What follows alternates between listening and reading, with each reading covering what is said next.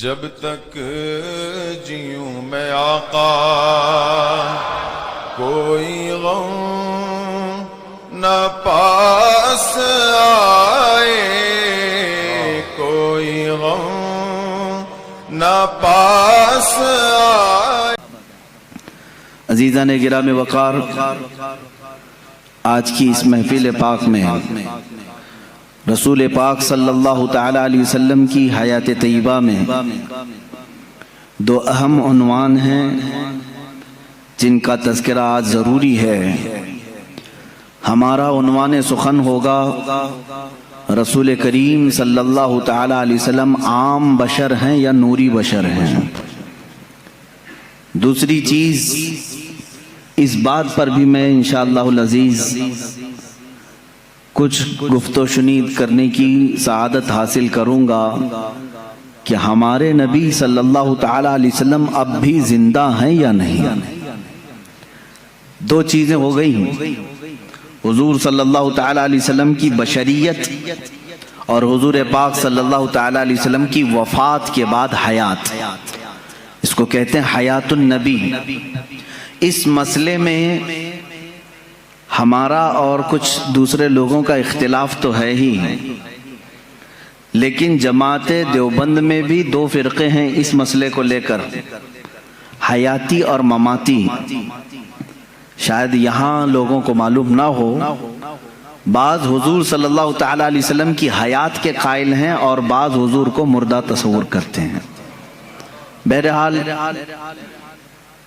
یہ فرقے بنے دنیا میں، لیکن قرآن کیا کہتا ہے، رسول کریم صلی اللہ تعالی علیہ وسلم کے متعلق قرآن کیا کہتا ہے، یہ ساری باتیں ہمیں غور سے سننے کی ضرورت ہے۔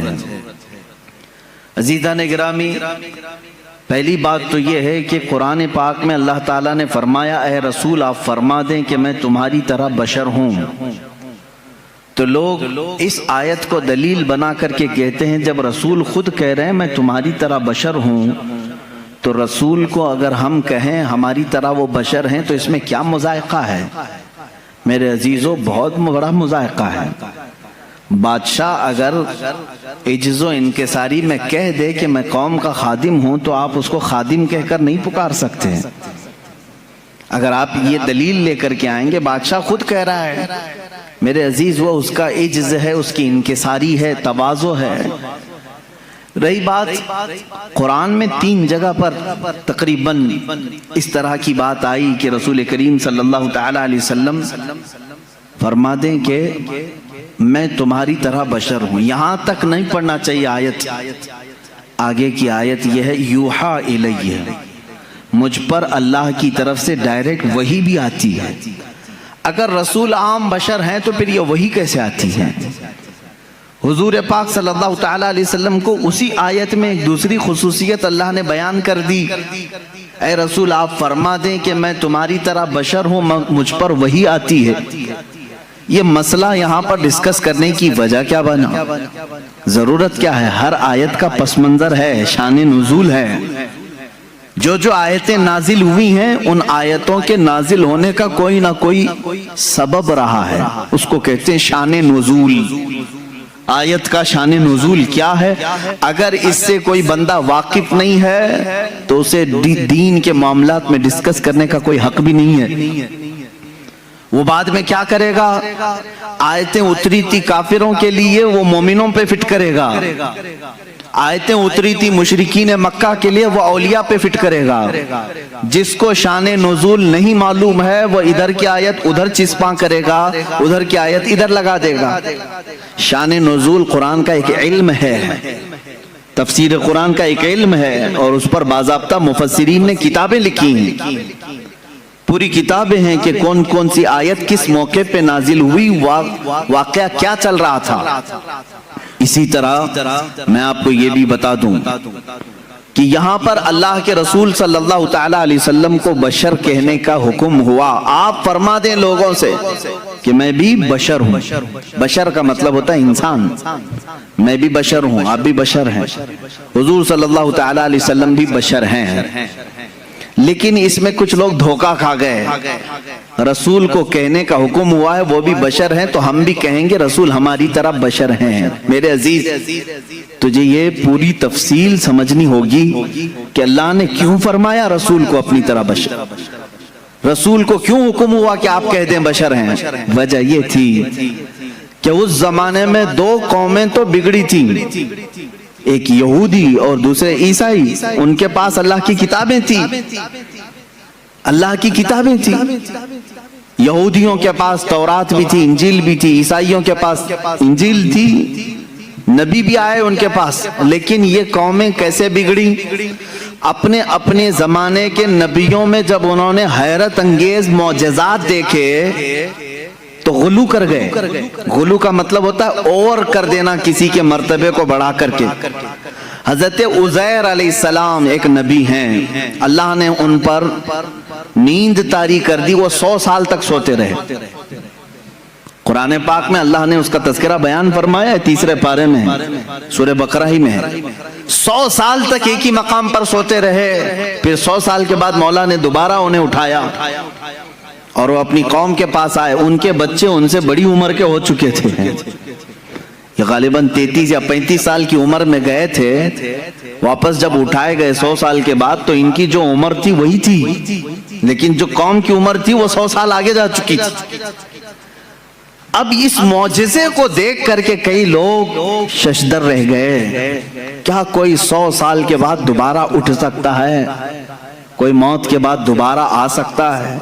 تو ان لوگوں نے کیا کہنا شروع کیا، ایسا حیرت انگیز کام ہم نے آج تک دیکھا نہیں تھا. اگر عزیر کے ساتھ ایسا ہوتا ہے تو یہ اللہ کا بیٹا ضرور ہوگا. وقالت الیہود عزیر ابن اللہ، تو یہودیوں نے کہا عزیر اللہ کا بیٹا ہے، تو انہوں نے کہاں تک بڑھا دیا؟ اللہ کا بیٹا کہہ دیا. اب ادھر آئیں عیسیٰ علیہ السلام. عیسیٰ علیہ السلام دنیا میں وہ تنہا شخص ہیں جو بغیر باپ کے پیدا کیے گئے. آدم علیہ السلام کے بعد، آدم علیہ السلام کو تو اللہ تعالیٰ نے بغیر باپ بغیر ماں کے پیدا کیا، لیکن عیسیٰ علیہ السلام صرف اور صرف حضرت بی بی مریم سے پیدا کیے گئے، اور حضرت مریم کو کسی نے چھوا تک نہیں، وہ اتنی پاکیزہ تھی. جبرائیل امین علیہ السلام نے پھونک ماری اور وہ حملہ ہو گئی. اس حمل سے حضرت عیسیٰ علیہ السلام پیدا ہوئے، اور عیسیٰ علیہ السلام کا لقب بھی ہے روح اللہ. اب عیسیٰ علیہ السلام کے کچھ معجزے بھی تھے. وہ مٹی کے پرند بناتے تھے، مٹی کے کیچڑ، اس میں پھونک مارتے تو پرندے زندہ ہو کر اڑتے تھے. یہ قرآن پاک میں ہے. جب عیسائیوں نے یہ تمام حیرت انگیز معاملات دیکھے نبی سے تو کہہ بیٹھے عیسیٰ اللہ کا بیٹا ہے. کیا کہا؟ عیسیٰ اللہ کا بیٹا ہے، معاذ اللہ رب العالمین. وقالت النصارى المسیح ابن اللہ، نصارہ نے کہا عیسیٰ علیہ السلام اللہ کے بیٹے ہیں. پتہ یہ چلا کہ جب نبی سے کوئی حیرت انگیز کام قوم دیکھتی ہے تو خدا تک پہنچا دیتی ہے. عزیر علیہ السلام 100 سال کے بعد دوبارہ اٹھے تو قوم نے کہہ دیا اللہ کا بیٹا ہے. عیسیٰ علیہ السلام بغیر باپ کے پیدا کیے گئے اور مٹی کے پرندوں میں پھونک مارتے تو اڑنے لگتے، تو عیسائیوں نے کہہ دیا وہ اللہ کے بیٹے ہیں. اب ادھر مکہ مکرمہ میں جو جلوہ رسول دیکھا ہے، رسول کریم صلی اللہ تعالیٰ علیہ وسلم کے ایک آدھ حیرت انگیز کام نہیں ہے، ہر دن ایک معجزے کا صدور ہے. کبھی یہ رسول انگلی اٹھا کر کے اشارہ کریں چاند پھٹ جائے، کبھی وہ بے زبان جانوروں سے کلام کریں درخت اکھڑ کر ان کی بارگاہ میں آ جائے. تو یہ حیرت انگیز کام جو رسول پاک کے ساتھ ہو رہے تھے، تو اب عرب کے لوگ پچھلی قوموں کی طرح بگڑ نہ جائیں اور رسول کو یہ نہ کہہ دیں کہ یہ خدا اتر پڑا ہے. اللہ نے فرمایا رسول آپ کہہ دیں کہ میں بشر ہوں. اللہ نے کیوں فرمایا قل انما انا بشر مثلکم، اے حبیب آپ فرما دے میں بشر ہی ہوں، کہ تم دھوکہ نہ کھا جانا، مجھے خدا مت سمجھ لینا. ایک بات یہ بھی ہے، اور دوسری بات ایک بہت بڑے گزرے ہوئے ایک مناظرے کا سبق بھی تھا اس میں. ابراہیم علیہ السلام کے ساتھ نمرود کا ایک مناظرہ ہوا تھا. نمرود اس زمانے کا ظالم و جابر بادشاہ، جب اس نے دیکھا کہ ابراہیم ہمارے بتوں کی پوجا بھی نہیں کرتا اور حضرت ابراہیم علیہ السلام کے ساتھ بہت سارے معاملات تھے. وہ ان کے بتوں کو نہیں مانتے تھے, جو ستاروں کی پوجا کرتے ان کی نہیں مانتے تھے, جو چاند و سورج کو پوجتے ان کی نہیں مانتے تھے. ایک دن بلایا اس نے دربار میں. اب یہ جو مناظرہ ہے وہ بھی قرآن پاک میں آیا. حضرت ابراہیم علیہ السلام سے اس نے پوچھا کہ تم کس خدا کو مانتے ہو, آخر کون ہے تیرا خدا؟ قال ابراہیم ربی الذی یحیی و یمیت, میرا رب وہ ہے جو زندگی بھی دیتا ہے اور موت بھی دیتا ہے. کون کہا؟ ابراہیم علیہ السلام. تو جھٹ سے اس پاگل نے کہا قال انا احیی و امیت, میں بھی لوگوں کو زندگی دیتا ہوں موت دیتا ہوں, میرے پاس بھی یہ کنٹرول ہے, تو مجھے خدا مان لے. ابراہیم علیہ السلام نے پوچھا وہ کیسے؟ اس نے اپنے جیل میں سے 2 قیدی نکالے, ایک کو آزاد ہونا تھا, ایک کو پھانسی کی سزا ہونی تھی. تو اس نے کہا دیکھو یہ آزاد ہونے والا ہے اور یہ پھانسی پہ چڑھنے والا ہے, لیکن جو مرنے والا تھا اس کو آزاد کر دیا, کہا کہ میں نے اس کو زندگی بخش دی, اور جو آزاد ہونے والا تھا اس کا گلا کاٹ دیا, کہا میں اس کو مار دیا. موت و حیات میں بھی دے سکتا ہوں. ابراہیم علیہ السلام نے کہا یہ نرا جاہل ہے, موت و حیات کا مطلب اس نے یہ سمجھ لیا. اب ابراہیم علیہ السلام نے اتنا زبردست چیلنج پیش کیا جو قرآن میں ہے. قال ابراہیم فإن اللہ یأتی بالشمس من المشرق فأتی بها من المغرب. اب ابراہیم علیہ السلام نے سیکنڈ جو چیلنج دیا, فرماتے ہیں ابراہیم علیہ السلام میں اس خدا کی عبادت کرتا ہوں, میرا اللہ وہ ہے جو سورج کو مشرق سے نکالتا ہے, سورج کو پورب سے ایسٹ سے نکالتا ہے. فأتی بها من المغرب, اگر تو خدا ہے تو اس کو مغرب سے نکال کے دکھا, یعنی ویسٹ سے ایک بار نکال. چیلنج تو دیکھ رہے ہیں آپ, حضرت ابراہیم علیہ السلام نے نہیں کہا کہ جیسے میرا خدا روز پورب سے سورج نکالتا ہے کل تو نکال, تو کل سورج نکلتا تو وہ یہی کہتا آج میں نے ہی نکالا ہے, آج جو سورج نکلا ہے ایسٹ سے پورب سے مشرق سے وہ میں نے ہی نکالا. ابراہیم علیہ السلام نے اپوزٹ چیلنج دیا کہ خدا جب مشرق سے نکال سکتا ہے تو خدا مغرب سے نکالنے پر بھی قادر ہے, سورج اس کے کنٹرول میں ہے. تو اگر خدا ہے تو سورج مغرب سے نکال کے دکھا, جہاں سورج جا کے ڈوبتا ہے وہاں سے تو ایک دن سورج نکال کے دکھا. قرآن کہتا فَبُهِتَ الَّذِي كَفَرَ, یہ کافر وہاں مبہوت ہو گیا, لاجواب ہو گیا, ختم ہو گیا مناظرہ. یہ کب ہوا؟ ابراہیم علیہ السلام کے زمانے میں. ہاں اب اس مناظرے میں جیت اور فتح کس کی ہوئی؟ ابراہیم علیہ السلام. کس کی ہوئی؟ اس چیلنج کا جواب وہ نہیں دے سکا, لیکن اس مناظرے سے ایک سبق یہ نکلا, ایک نتیجہ یہ نکلا. ابراہیم علیہ السلام نے چیلنج یہ دیا تھا کہ جو خدا ہوگا وہ مغرب سے سورج نکالے گا, جو خدا ہوگا وہ مغرب سے سورج نکالے گا. یہ اس زمانے کو 2000 سال بیت گئے, اور جب مدینہ طیبہ کے قریب میں مولا علی کرم اللہ وجہہ الکریم کے لیے نماز عصر قضا ہو رہی تھی, محمد عربی صلی اللہ تعالی علیہ وسلم نے ڈوبے ہوئے سورج کو کہاں سے پلٹایا؟ مغرب سے نکالا. سورج ڈوب چکا تھا, سورج کو واپس اشارے سے پلٹایا. اب یہاں پر وہ والا مناظرہ پھر سے تازہ ہو گیا. ابراہیم علیہ السلام نے تو چیلنج دیا تھا نمرود کو کہ اگر تو خدا ہے تو سورج کو مغرب سے نکال. نمرود تو نہیں نکال کے دکھا سکا, لیکن محمد رسول اللہ صلی اللہ علیہ وسلم نکال کر دکھا دیے ہیں. تو اب کسی کا عقیدہ یہ نہ بگڑے. ابراہیم علیہ السلام نے کہا تھا جو سورج مغرب سے نکالے گا وہ خدا ہوگا. اللہ نے آیت نازل فرمائی قل انما انا بشر مثلکم, اے رسول آپ فرما دیں یہ دھوکے میں نہ آئے, میں تمہاری طرح بشر ہی ہوں, لیکن میرے عزیزوں ساتھ میں اتنا یاد رکھنا عام بشر نہیں, وہ نوری بشر ہیں. اللہ رب العزت کی ان پر خصوصی عنایات ہیں. میں مانتا ہوں اے عقل والو میرا محمد خدا نہیں ہے, مگر دلوں میں یہ نقش کر لو کہ وہ خدا سے جدا نہیں ہے. یہ ہمارا عقیدہ ہے.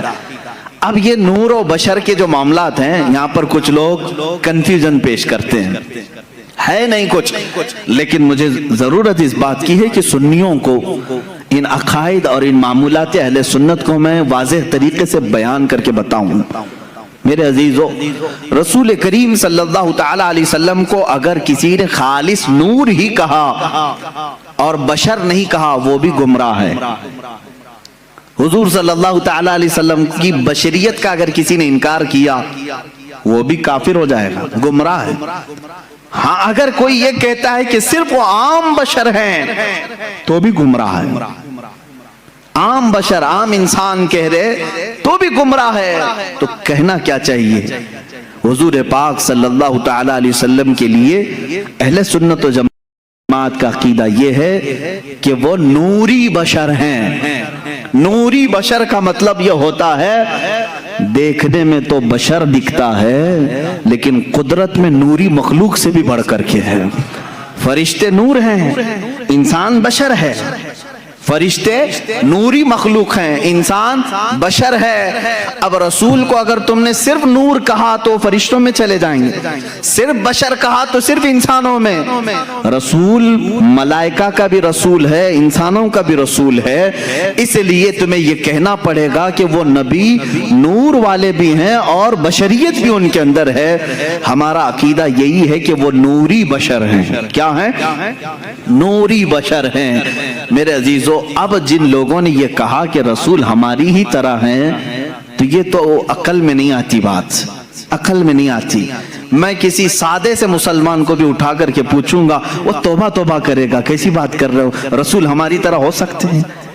علماء کی بات تو چھوڑو، میں عام سے بندے کو بھی پوچھوں گا کیا تم اس بات کا عقیدہ رکھتے ہو کہ رسول ہماری طرح تھے؟ کوئی کہہ سکتا ہے؟ ہرگز نہیں۔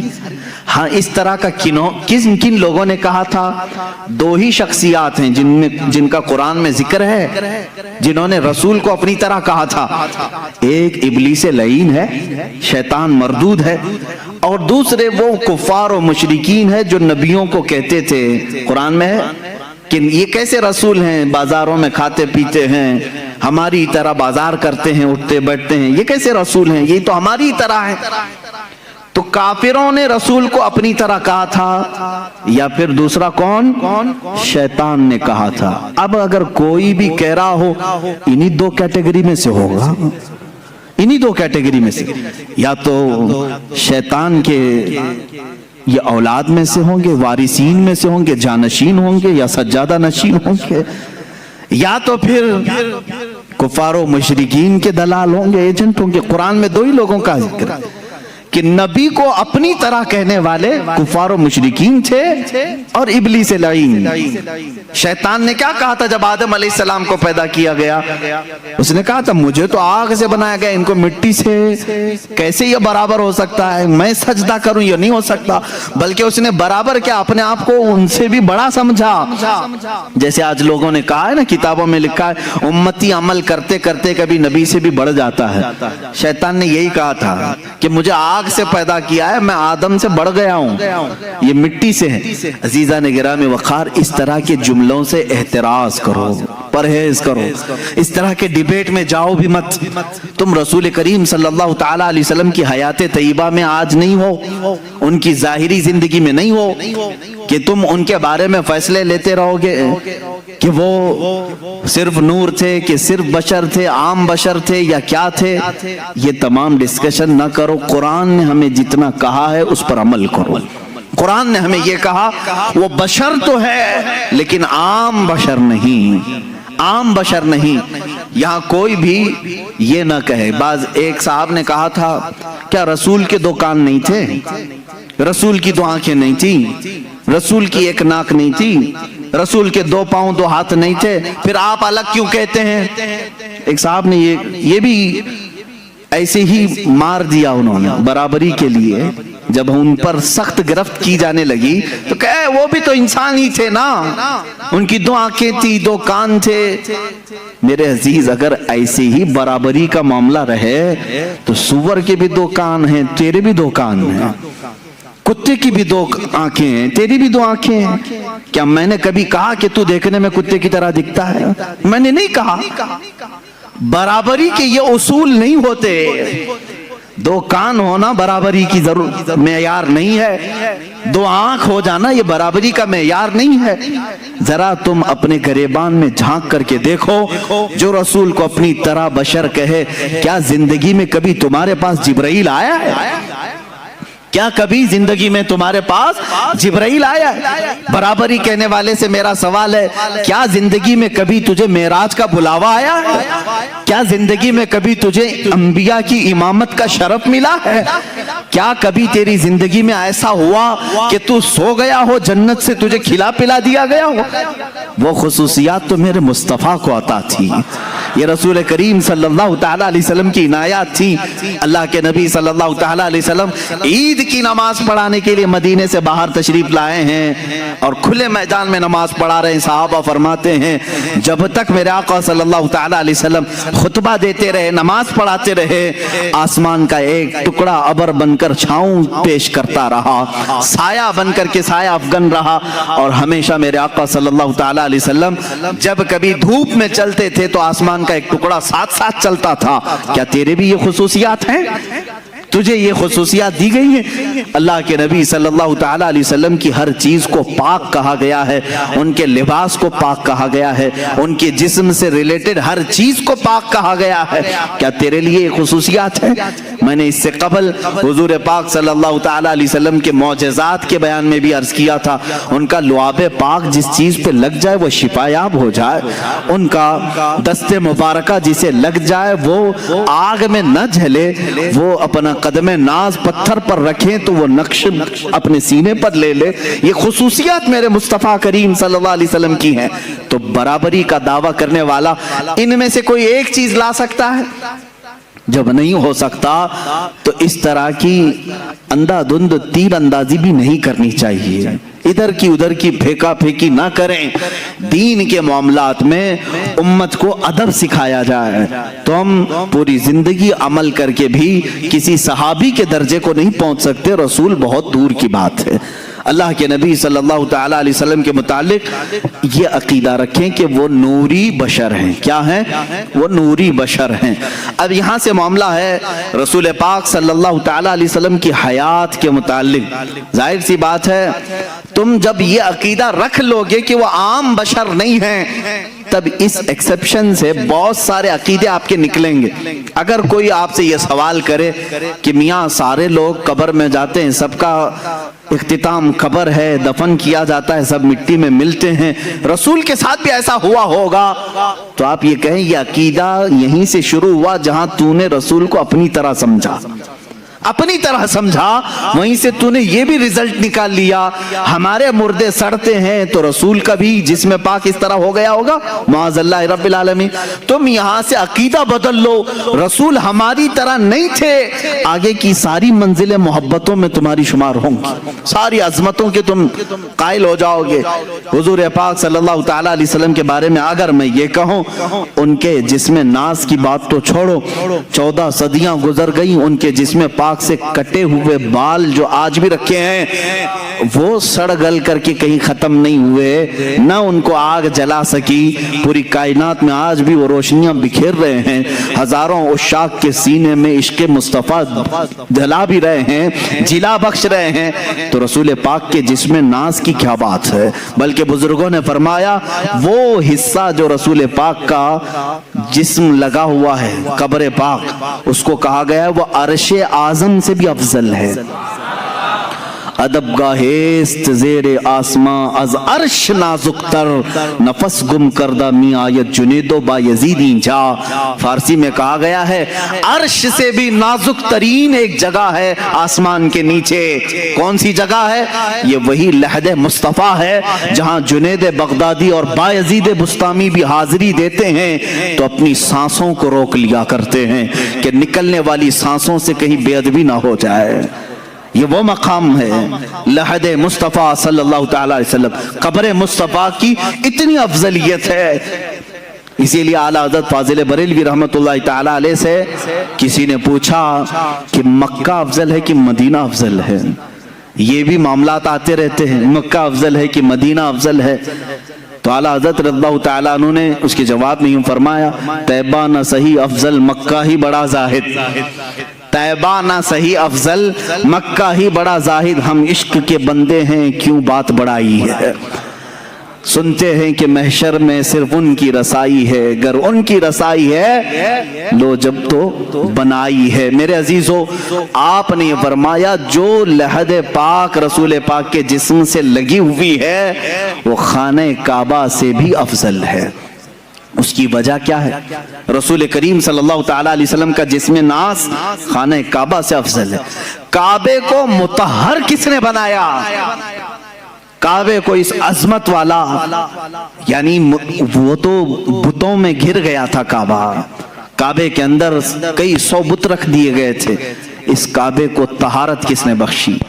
مصطفیٰ کریم صلی اللہ تعالیٰ علیہ وسلم۔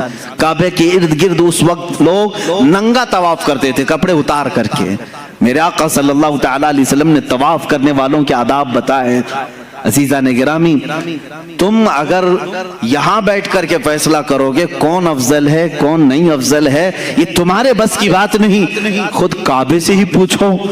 امام اہل سنت فاضل بریلوی رحمۃ اللہ علیہ نے فرمایا، غور سے سن تو رضا کعبے سے آتی ہے صدا، میری آنکھوں سے میرے پیارے کا روزہ دیکھو، حاجیو آؤ شہنشاہ کا روزہ دیکھو، کعبہ تو دیکھ چکے کعبے کا کعبہ دیکھو۔ عزیزان گرامی وقار، حضور اکرم صلی اللہ تعالیٰ علیہ وسلم کی حیات طیبہ ایک ہاٹ ٹاپک ہے ان لوگوں کے لیے جن کے لیے یہ گرم لگتا ہے، ورنہ سنیوں کے لیے بڑی حوصلہ افزا ٹاپک ہے۔ جب جب ہم اپنے نبی کی حیات کی بات کرتے ہیں تو کئی امیدیں پھر سے جاگ جاتی ہیں۔ میاں چھوڑو، ہم ٹینشن میں تھے کون آئے گا کون نہیں آئے گا، مولانا نے کہہ دیا ہے رسول پاک اب بھی ہیں، آئیں گے۔ جب ظاہر سی بات ہے امت میں ہم یہ بات کہیں گے تمہارے رسول اب بھی ہیں، تو امت کا حوصلہ نہیں بڑھے گا؟ حضور پاک صلی اللہ تعالیٰ علیہ وسلم سے آس و یاس امت کی اور بڑھ جائے گی۔ اب ظاہر سی بات ہے یہ تو باتیں ہوئی، دلیلوں کی روشنی میں تو ہمیں کہنا ہوگا۔ رسول کریم صلی اللہ تعالیٰ علیہ وسلم اپنی قبر انور میں زندہ ہیں یا بعض لوگوں کے قول کے مطابق مر کر مٹی میں مل گئے؟ ہاں یہ کتابوں میں لکھا ہوا ہے، اس لیے مجھے کہنا پڑ رہا ہے۔ عزیزان گرامی وقار، ہمارا عقیدہ تو وہی ہے جو بریلی کے تاجدار نے اپنے ایک شعر میں ہمیں یوں بتایا، یا رسول اللہ تو زندہ ہے واللہ تو زندہ ہے واللہ، میری چشم عالم سے چھپ جانے والے، چمک تجھ سے پاتے ہیں سب پانے والے، میرا دل بھی چمکا دے چمکانے والے۔ ہم تو اپنے رسول کو اپنی قبر اطہر میں زندہ مانتے ہیں۔ حیات النبی کا یہ عقیدہ ہر سنی کا ہے۔ حضور پاک صلی اللہ تعالیٰ علیہ وسلم اپنی حیات پاک میں ہیں، اب وہ کیسی زندگی ہے یہ ڈسکس امت کے لیے نہیں ہے، حضور کی وفات کے بعد جو زندگی ہے وہ کیسی ہے، بلکہ میں کہتا ہوں جو دنیا میں تھی اس سے کئی درجے افضل زندگی ہے۔ تم یہ کہتے ہو کہ ایسے ہی زندہ ہیں جیسے تم زندہ ہو، نہیں میاں، اس سے کئی درجے افضل زندہ ہیں۔ جب قرآن کہتا ہے شہیدوں کے بارے میں کہ تو ان کو مردہ نہ کہو، کیا قرآن میں نہیں ہے آیت؟ اللہ کی راہ میں جو مارے جائیں انہیں مردہ نہ کہو۔ دوسری جگہ ہے مردہ تصور بھی مت کرو، سوچو بھی مت۔ اللہ فرماتا ہے وہ زندہ ہیں اور انہیں اللہ کی طرف سے رزق بھی ملتا ہے۔ اب مجھے یہ بتائیں جو زندہ ہے اور رزق بھی مل رہا ہے، اللہ سے کیوں نہیں پوچھتے کہ مولا وہ کون سا رزق تو انہیں دے رہا ہے، وہ کیا کھا رہے ہیں پی رہے ہیں؟ میرے عزیزو جب تم مرو گے تبھی پتہ چلے گا، جس کو یہ ٹینشن ہے کہ وہ کیسے زندہ ہیں۔ لیکن قرآن نے یہ کہا کہ وہ زندہ ہیں تو ہمارا عقیدہ ہے کہ وہ اللہ نے ان کو جیسی زندگی دی ویسے زندہ ہے۔ بلکہ اب احادیث کی روشنی میں بھی میں آؤں گا رسول پاک صلی اللہ تعالیٰ علیہ وسلم کی حیات طیبہ کو ثابت کرنے کے لیے۔ رسول اپنی روح اور جسم کے ساتھ ہیں، ایک بار جو روح نکالنی ہے وہ اللہ کے وعدے کے مطابق نکال لی جاتی ہے، دوبارہ انبیاء کرام علیہ السلام کی زندگی پہلے سے افضل بنا دی جاتی ہے، ان کا جسم بھی صحیح سلامت رکھا جاتا ہے، جیسا جسم ان کا تھا اسی شان کے ساتھ قبر پاک میں ان کے جسم کی حفاظت کی جاتی۔ کیونکہ اللہ کے رسول نے خود فرمایا ان اللہ حرم علی الارض ان تاکل اجساد الانبیاء فنبی اللہ حی یرزق، اللہ نے بے شک زمین پر حرام کر دیا ہے، وہ نبیوں کے جسموں کو کھا نہیں سکتی، نبیوں کے جسموں کو کھانا زمین پر اللہ نے حرام کر دیا۔ اللہ کے نبی زندہ ہوتے ہیں، انہیں رزق بھی دیا جاتا ہے، یہ حدیث پاک ہے۔ اب آئیں، میں دلائل کی روشنی میں کہتا ہوں، عربی کی اگر عبارات بھی پڑھوں، تھوڑا بہت میں آپ کو گرامر بھی بتا دوں، جو جملے ہوتے ہیں ان جملوں میں کیا چیز کا ہونا ضروری ہے۔ اب مثال کے طور پر میں کہوں زید عالم ہے، زید عالم ہے، اس کا مطلب کیا ہے؟ پریزنٹ میں بول رہا ہوں میں یا کہ پاسٹ میں بول رہا ہوں؟ پریزنٹ میں نا، عام بندہ سمجھ رہا ہے، پریزنٹ بات کر رہا ہوں، حال کی بات کر رہا ہوں۔ زید عالم ہے، اس کا مطلب ہے ابھی ہے، زید عالم ہے۔ اسی قاعدے اور گرامر کے حساب سے آگے چلتے ہیں۔ جب لفظ ہے آتا ہے تو وہ پریزنٹ کو پیش کرتا ہے، حال کو پیش کرتا ہے۔ اب آؤ میرے عزیزو، اس پر تو پورا اسلام کھڑا ہے۔ تمہارا کلمہ کیا ہے؟ لا الہ الا اللہ محمد رسول اللہ۔ کلمہ ہر مسجد میں ملے گا، ہر جگہ تمہیں ملے گا، ترجمے کے ساتھ بھی ملے گا۔ لا الہ الا اللہ کا ترجمہ کیا ہے؟ کوئی معبود نہیں اللہ کے سوا، یہ ایک ہو گئے، ہم نے نفی کر دی۔ دوسرا ورڈ آتا ہے محمد رسول اللہ ہے، یہ اب اس کو ہم ملا کے پڑھتے ہیں محمد رسول اللہ، محمد اللہ کے رسول۔ کیا کہہ رہے ہیں؟ محمد اللہ کے رسول۔ پاسٹ میں تھے کہا میں نے، آپ ترجمہ کبھی کلمے کا یوں کرتے ہو محمد اللہ کے رسول تھے؟ نہیں، ہمارا ہر بچہ ترجمہ یہی کرے گا محمد اللہ کے رسول ہے۔ یہ اس بات کی علامت ہے کہ رسول آج بھی زندہ ہیں۔ میرے عزیزو، ہم مردہ رسول کو مانتے تو یہ کہتے وہ اپنے زمانے میں رسول تھے۔ جب کلمہ پڑھ رہے ہیں ہم اقرار کر رہے ہیں رسول ہیں، محمد اللہ کے رسول۔ کلمہ ہمارے نبی کی زندگی کی بڑی دلیل ہے، اور اگر رسول پاک کی حیات کا کوئی منکر ہے تو میں سمجھتا ہوں اس کا کلمہ ہی ادھورا ہے۔ وہ رسول پاک صلی اللہ تعالی علیہ وسلم کی رسالت کو پاسٹ میں مان رہا ہے، ابھی نہیں مان رہا ہے۔ محمد اللہ کے رسول ہیں، اس سے سمجھ میں آیا رسول ہیں کہ نہیں؟ ابھی ہے۔ میرے عزیزو، صحابہ نے بھی یہی کلمہ پڑھا، اولیاء نے بھی یہی پڑھا، تابعین نے بھی یہی پڑھا، ہم بھی یہی پڑھ رہے ہیں۔ اللہ کی ذات سے کروڑہا یقین ہے کہ ہمارے بچے بھی یہی پڑھیں گے انشاءاللہ العزیز، ہماری نسلیں بھی یہی پڑھیں گے۔ آج بھی رسول زندہ ہیں، کل بھی زندہ تھے، اور قیامت تک انشاءاللہ العزیز ہمارا یہ عقیدہ بھی زندہ رہے گا۔ رسول پاک صلی اللہ تعالی علیہ وسلم کی حیات طیبہ کو جنہوں نے ڈسکنیکٹ کیا، ان کا نقصان کیا ہوا جانتے ہیں؟ جنہوں نے کہا رسول مر کر مٹی میں مل گئے، معاذ اللہ، ان کے ساتھ وہی ہوا جیسے بدتمیز اولاد کے ساتھ ہوتا ہے۔ باپ کو دفن کر کے آنے کے بعد اب تو کوئی نہیں ہے، باپ بھی نہیں ہے، باپ کو ہم خود ہی دفن کر کے آ گئے، اب ختم ہو گیا ہوگا، باپ کا وہ ڈر ختم ہو گیا، گھر سے چلا گیا، اولاد بگڑ گئی۔ کچھ اولاد کے ساتھ ایسا ہوتا ہے، باپ کے جانے کے بعد وہ من مانی کرنے لگا۔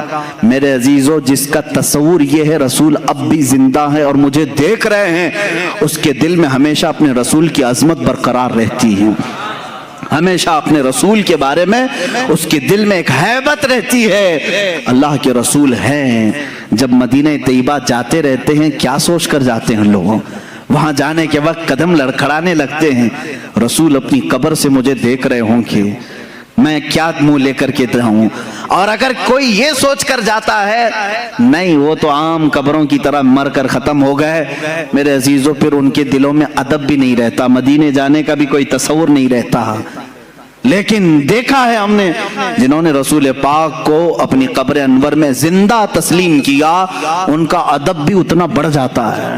وہ وہاں سے گزرتے بھی ہیں، ان کی آنکھوں سے ٹپ ٹپ آنسوؤں کی جھڑی جاری رہتی ہے اور الفاظ نکل نہیں پاتے۔ کئی ایسے لوگ ہیں جو بے قرار ہو جاتے ہیں اس لیے کہ انہوں نے اپنے رسول کو زندہ تسلیم کیا، اور جنہوں نے حضور پاک صلی اللہ علیہ وسلم کی زندگی کا انکار کیا اس کی ایک صاف مثال میں نے دیکھا مدینہ طیبہ میں جالیوں کے قریب ایک متوع، یہ متوع وہی ہیں جو سفید جبہ لال رومال پہن کر کے جو لوگوں کو گمراہ کرنے کے لیے جن کو رکھا گیا ہے، ہر ایک کو کاٹتے پھرتے رہتے ہیں، یہ پٹا ہی نہیں ہے ان کے اندر، مالک نے پٹا ڈالا نہیں ہے، آوارہ پھرتے رہتے ہیں، جو نظر آیا اس کو کاٹ دیتے ہیں۔ ہونا یہ چاہیے کہ جو گورنمنٹ انہیں پال رہی ہے پٹا ڈال کر کے رکھے، اس لیے کہ دنیا بھر سے لوگ آتے ہیں، روڈ پہ اس طرح کتوں کو چھوڑو گے تو ہر آنے جانے والوں کے لیے تکلیف بھی ہے۔ اب یہ وہی کرتے رہتے ہیں۔ ایک بار ہمارے سامنے کی بات ہے، پاکستانی حاجیوں کو یہ اس طرح سے ڈیبیٹ کر رہے ہیں، رسول کچھ دے نہیں سکتے، یہ نفع نقصان کسی چیز کے مالک نہیں، وہ کہہ رہا ہے نہیں میرا رسول دے گا، وہ پاکستانی بیچارہ بار بار کہہ رہا ہے۔ اس نے غصے میں آ کر کے جالیوں کے سامنے پیر یوں مارنا شروع کیا اور اپنی پیٹھ سے جالی گھسنے لگا، اگر کچھ کر سکتے تو دیکھو مجھے کچھ ہوا کیا، وہ دکھا رہا ہے۔ میرے عزیزو، جن لوگوں کا عقیدہ یہ ختم ہوا نا رسول ختم ہو گیا ہے، وہ اسی طرح کی حرکتوں پہ آتے ہیں، اور میں سمجھتا ہوں اس سے لاکھ درجے افضل وہ بوڑھا پاکستانی تھا جو اگرچہ عالم نہیں تھا لیکن رسول پاک کی بارگاہ میں اتنے ادب سے کھڑا تھا کہ اس کی آنکھیں آنسوؤں سے بھری ہوئی تھی، ادب سے کھڑا ہوا تھا۔ عزیزان گرامی وقار، اس عقیدے کو آج پھر سے زندہ رکھو اپنے سینوں میں، اپنے ذہن میں۔ ہمارے نبی کو ہم نے مردہ تصور نہیں کیا، کلمہ پڑھا بھی ہے تو زندہ رسول کا کلمہ پڑھا ہے۔ محمد صلی اللہ علیہ وسلم اللہ کے رسول ہیں، ہم یہی کہتے ہیں۔ اب آؤ قرآن پاک کی دوسری دلائل کی طرف میں آتا ہوں۔ اللہ تبارک و تعالیٰ نے ایک آیت یوں فرمائی، وَلَوْ أَنَّهُمْ إِذْ ظَلَمُوا أَنفُسَهُمْ جَاءُوكَ فَاسْتَغْفَرُوا اللَّهَ وَاسْتَغْفَرَ لَهُمُ الرَّسُولُ لَوَجَدُوا اللَّهَ تَوَّابًا رَحِيمًا۔ یہ آیت ہے پوری، آپ قرآن پاک اٹھا کر پڑھ سکتے ہیں، 5ویں پارے میں یہ آیت۔ اللہ فرماتا ہے جب مومنین اپنے جانوں پر ظلم کر لیں یعنی گناہ کر لیں تو اے رسول یہ آپ کے پاس آئیں۔ قرآن میں ہے جاؤکا، یہ لفظ ہے قرآن میں، یہ مومنین کیا کریں؟ اے رسول آپ کے پاس آئیں، اللہ سے اپنے گناہوں کی بخشش طلب کریں۔ لیکن طریقہ اللہ نے کیسے بتایا؟ پہلے کہاں آئیں؟ رسول کے پاس آئیں، رسول کے پاس آئیں اور اپنے گناہوں کی بخشش طلب کریں۔ وَاسْتَغْفَرَ لَهُمُ الرَّسُولُ، اس پر مزید ایک اور شرط ہے، رسول بھی ان کے لیے سفارش کریں۔ بات سمجھ میں آ رہی؟ جب جب گناہ ہو گئے وہ جائیں، توبہ اور بخشش کا ذریعہ اللہ نے جو بتایا، قرآن کی بات کر رہا ہوں، جاؤک، اے رسول یہ مومنین آپ کے دربار میں آئیں، اللہ سے بخشش مانگیں اور رسول بھی ان کے لیے سفارش کریں، لَوَجَدُ اللَّهَ تَوَّابًا رَحِيمًا، پھر وہ اللہ کو توبہ قبول کرنے والا پائیں گے، رحم کرنے والا پائیں گے۔ یہ آیت ہے۔ اب میں آپ سے پوچھتا ہوں، رسول اگر ختم ہو چکے معاذ اللہ رب العالمین، جیسا کہ دوسروں کا عقیدہ ہے، مردہ ہیں، تو قرآن جو کہہ رہا ہے کہ مومنین اپنے جانوں پر ظلم کریں تو اے رسول آپ کے پاس آئیں، تو کیا کسی مردے کے پاس جانے کو قرآن حکم دے رہا ہے؟ اب اس کے جواب میں وہ یہ لوگ کہتے ہیں نہیں، یہ رسول کی زندگی میں آیت آئی تھی، رسول کی زندگی میں یہ آیت آئی تھی، اور جو اس وقت گناہ کر رہے تھے ان کو حکم تھا کہ وہ رسول کے پاس آئیں، رسول ان کی سفارش کریں گے تو اللہ ان کی توبہ قبول کرے گا۔ میں ان سے کہتا ہوں میرے عزیز، پھر ہمارا کیا قصور ہے؟ قرآن کیا اسی زمانے کے لیے اترا تھا یا قیامت تک کے لیے آیا ہے؟ قرآن کب تک کے لیے ہے؟ قیامت تک کے لیے۔ میرے عزیز، قرآن کی آیت صبح قیامت تک کے لیے ہے۔ یہ صرف اس زمانے کے مسلمانوں کے لیے آیت نہیں آئی، صبح قیامت تک کے مومنوں کے لیے آیت آئی ہے کہ اگر تم میں سے کسی سے گناہ ہو جائے تو تم کہاں جاؤ؟ کہاں جاؤ گے؟ رسول کے پاس۔ یہ آپ کھل کر کے بولو، ڈرو مت کہ کیسے جائیں گے، ویزا لگے گا کہ نہیں لگے، میں بتاتا ہوں، اس پر بھی میں آتا ہوں، لیکن قرآن کی اللہ نے کیا فرمایا؟ اگر گناہ ہو جائیں تو تم کہاں جاؤ؟ پھر ڈر ہے آپ کو؟ کہاں جائیں؟ رسول کے پاس جائیں۔ اب رسول کے پاس جانے کے بعد دو کام ہیں آپ کے، ایک آپ کی طرف سے، ایک رسول کی طرف سے۔ آپ اللہ کی بارگاہ میں توبہ کریں گے، رسول آپ کی سفارش کریں گے، تب آپ کی توبہ قبول ہوگی۔ اب آپ سوال آتا ہے، ہر ایک کی طاقت نہیں سفر کرنے کی، کیسے جائیں مدینے؟ ٹکٹ مہنگا ہے، اب تو لاک ڈاؤن میں ویزا بھی نہیں لگتا ہے، تو کیا اللہ تبارک تعالیٰ کسی بندے کو اس کی طاقت سے زیادہ کا حکم دے گا؟ جو تم نہیں کر سکتے اس کا حکم شریعت میں آتا ہے۔ اسلام نام ہی ہے اس چیز کا، اللہ بندے پر اتنا ہی حکم ڈالتا ہے جتنا وہ کر سکتا ہے، جو نہیں کر سکتا اس کا حکم نہیں آئے گا۔ اب تم سب لوگ مل کر کے کہو گے کہ ہمارے آج جانے کی طاقت ہی نہیں، اور اللہ نے حکم کیسے دے دیا؟ گناہ تو آج صبح بھی ہوئے ہیں ہم سے، دوپہر میں بھی ہوئے ہیں، شام میں بھی ہوئے ہیں، اور اللہ فرما رہا ہے رسول کے پاس جائیں۔ اب اس حساب سے دیکھا جائے تو کبھی ٹکٹ ملے نہ ملے، کیسے جائیں رسول کے پاس؟ میرے عزیزو، پھر تمہیں حیات النبی کا عقیدہ اور حاضر و ناظر کا عقیدہ لینا پڑے گا، لینا پڑے گا۔ اے عزیز، اللہ نے تجھے کب کہا کہ تو چلتے ہوئے، سفر کرتے ہوئے، اس طرح اڑتے ہوئے، ٹرین میں، بس میں آ جا رسول کے پاس؟ اللہ نے یہ فرمایا بس تو رسول کے پاس آ، چاہے جسم کے ساتھ آ یا تصور کے ساتھ آ، چاہے جسم کے ساتھ آ یا تصور کے ساتھ آ، ہم تو کہتے ہیں حاضر ہیں۔ حضور پاک صلی اللہ تعالیٰ علیہ وسلم کی بارگاہ میں جب ہم کھڑے ہوتے ہیں تو یوں کہتے ہیں حاضر ہیں در دولت پہ گدا، سرکار توجہ فرمائیں۔ تم جہاں سے کہو گے سرکار سنتے ہیں۔ تو حاضری ہو گئی۔ یہاں ابھی آنکھ بند کر لیا آپ نے، ملا باڑے کی مسجد میں بیٹھے ہیں، گناہوں سے توبہ کرنی ہے، قرآن کی آیت پر عمل کرنا ہے ہم کو۔ اللہ نے فرمایا رسول کے پاس جانے کا حکم اللہ نے کیا۔ اب میں یہاں بیٹھا، چل کے جانے کے لائق نہیں، آنکھ بند کر لیا، منٹ بھی نہیں لگے مدینے پہنچ گیا، منٹ بھی نہیں لگے۔ یہ کتنی تیز حاضری ہے! بارگاہ رسول میں کھڑے ہونے کا تصور لے آیا، اور پھر سامنے اپنے رسول کو حاضر پا کر کے اب توبہ کرنا شروع کیا۔ استغفر اللہ ربی من کل ذنب واتوب الیہ۔ اللہ تو نے فرمایا گناہ ہو جائیں تو رسول کے پاس آ جا، میں آ گیا۔ اب تو نے فرمایا بخشش طلب کر مجھ سے، میں نے بخشش بھی طلب کر لی، استغفار بھی پڑھ لیا۔ تیسرا کام ہے اب رسول کا، اللہ کے رسول سفارش کریں۔ اب رسول کے پاس تمہیں کہنا ہوگا اے اللہ کے رسول، حکم خدا پر میں آپ کے پاس آیا ہوں، اور حکم خدا پر میں نے استغفار بھی کر لیا، بس آپ کے استغفار کی، آپ کے سفارش کی دیر ہے، اور اللہ میری توبہ قبول کرے گا۔ یہی تو عقیدہ بریلی کا امام بار بار تمہیں کہہ رہا ہے۔ رسول کریم صلی اللہ تعالیٰ علیہ وسلم کے دربار میں آؤ، یہاں میرے عزیزوں گناہوں کی بخشش طلب کرو، اور رسول بے حساب دیتے ہیں، اور اللہ تبارک و تعالیٰ ان کی سفارش کو سنتا بھی ہے، اور بندوں کو پاک کر کے وہاں سے روانہ بھی فرماتا ہے۔ اب اس کی دلیلیں میں دیتا ہوں۔ ایک اور قرآن کی آیت پڑھ کر کے میں آگے آؤں گا کہ رسول اس وقت بھی معاف کرتے ہیں کہ نہیں کرتے ہیں، کیسے پتہ چلے گا؟ آتے ہیں کہ نہیں آتے ہیں، زندگی میں ہیں یا نہیں ہیں، اس کو کچھ دلائل سے میں ثابت کروں گا۔ دوسری ایک آیت ہے قرآن پاک میں، اور وہ بھی بہت حوصلہ افزا آیت ہے ہمارے لیے، بہت حوصلہ افزا ہے۔ اس میں بھی دیکھیں آپ، عربی کے گرامر تھوڑے بہت اگر مسلمانوں کو معلوم ہو تو کبھی گمراہ نہیں ہوں گے انشاءاللہ، کوئی ان کو بہکائے گا نہیں۔ میں آپ کو تاریخ بتاؤں، اللہ تبارک و تعالیٰ پہلے کی امتیں جب نافرمانی کرتی تو عذاب آ جاتا۔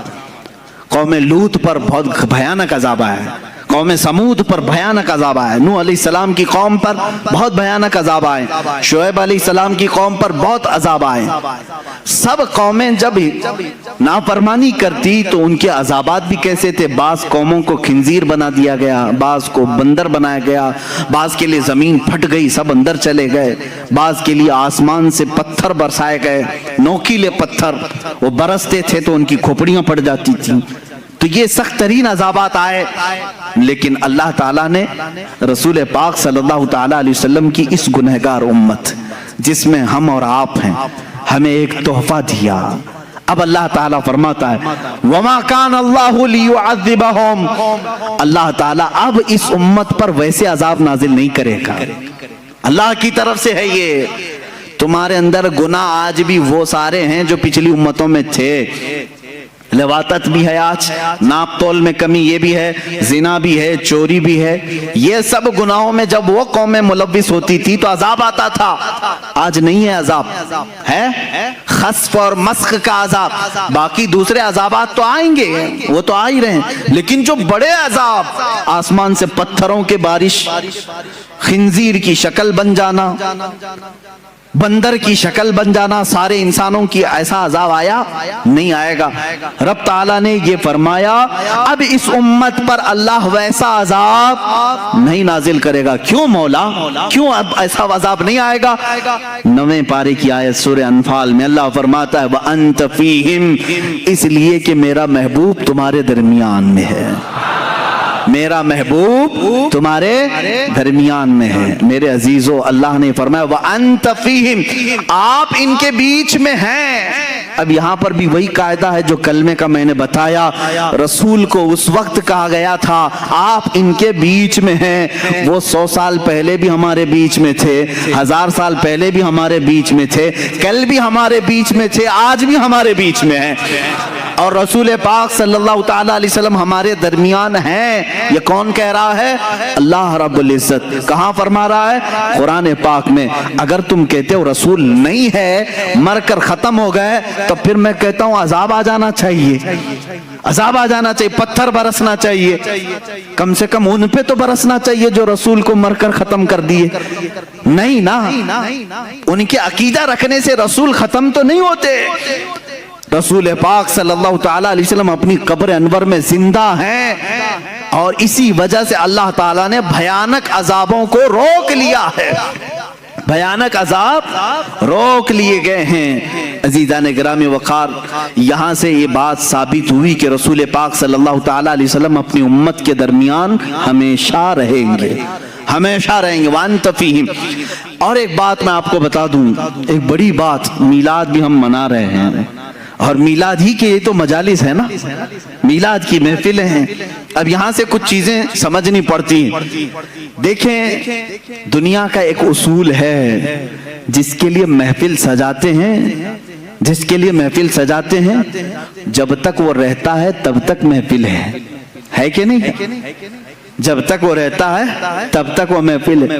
فار ایگزامپل، تقریر سننے کے لیے یہ محفل آپ نے بنائی، اور مجھے سننے کے لیے آئے، میں چلا جاؤں گا تو آپ بیٹھے رہیں گے، تھوڑے لوگ اللہ اللہ کرنے والے بیٹھے رہتے ہیں، لیکن جو محفل تھی وہ نہیں کہلائے گی۔ بعد میں نماز پڑھنے والے نماز پڑھ رہے ہوں گے، ذکر کرنے والے ذکر کریں، میں ان سے نہیں کہہ رہا ہوں، لیکن یہ محفل چلی جائے گی، کیونکہ مقرر گیا، محفل بھی گئی۔